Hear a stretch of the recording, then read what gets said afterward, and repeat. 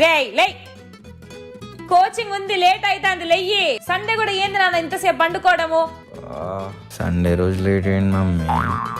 అదేదో నన్ను రోజు పడుకొని ఇచ్చేటట్టు రోజు ఈ టైం కాలేజ్ అని లేపుతావు, ఇవాళ ఎక్స్ట్రా క్లాస్లను లేపుతున్నావు. ఇంకా తేడా ఏముంది సండే అంటే? ఇప్పుడు కాలేజీ అంటే 9 hours, coaching just 3 hours 4 hours ఉంటది.